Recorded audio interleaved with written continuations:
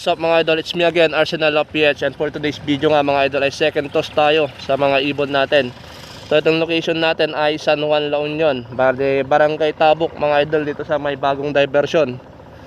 So yung layo nga nitong location natin mula dito hanggang sa ating loft ay nasa 6 kilometers. So second toss ng mga ibon natin, kailangan kasi natin silang ihabol kasi first week ng February o second week ata yung training namin mga idol. So kailangan natin humabol sa mga ibon natin.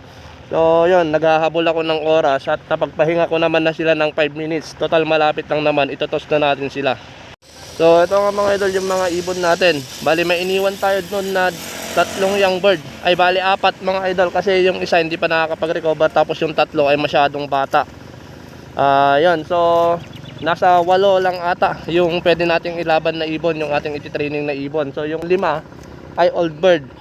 Yan, so bali yung isa dito na old bird ay pinalaro lang din sa akin. So bali 4 lang yung old bird natin. At nasa 8 young bird. So sana okay naman yung lipad nila kahit medyo late tayo sa training. So papakawalan na nga natin sila mga idol.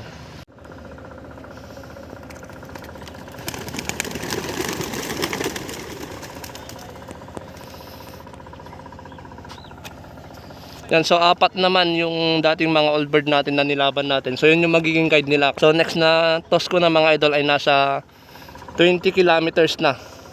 Yun, bukas yung magiging toss natin ng 20 kilometers. Total yung sa kondisyon okay naman na yung mga ibon natin. At yun nga mga idol, nandun na yung mga ibon natin, pauwi na sila.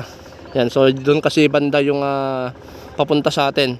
At yun nga mga idol, dito ko muna tatapusin itong video natin ngayong araw. Maraming salamat sa panonood. Happy flying and God bless mga idol.